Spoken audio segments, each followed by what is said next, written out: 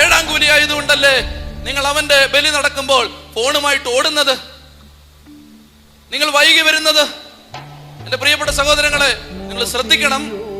കർത്താവ് വില കൊടുത്ത് വേദനിച്ച് തന്ന സമ്മാനമാണിത്. ആ സമ്മാനത്തെ താഴ്ത്തി കെട്ടരുത്, അത് വേണ്ടെന്ന് പറയരുത്. Abusing the gift is abusing the giver. സമ്മാനത്തെ നിന്ദിക്കുന്നത് സമ്മാനം തന്നവനെ നിന്ദിക്കുന്നതിന് തുല്യമാണ്. അതുകൊണ്ട് എന്റെ ഒന്നാമത്തെ ആശയം ഇതാണ്: വിശുദ്ധ കുർബാന തരാൻ വേണ്ടി ഈശോ സഹിച്ചതുപോലെ മറ്റൊന്നിനും വേണ്ടി ഈശോ സഹിച്ചിട്ടില്ല. നമുക്കത് വേണ്ടല്ലേ? നമ്മുടെ കുടുംബങ്ങൾക്ക് അത് വേണ്ടല്ലേ? നമ്മുടെ മക്കൾക്ക് അത് വേണ്ടല്ലേ? എന്നിട്ട് ദുരിതങ്ങൾ വരുമ്പോ നമ്മൾ പറയാണ്, കർത്താവേ ജോലി താ, വീട് താ, മക്കളെ താ, ഞങ്ങൾക്ക് സമാധാനം താ.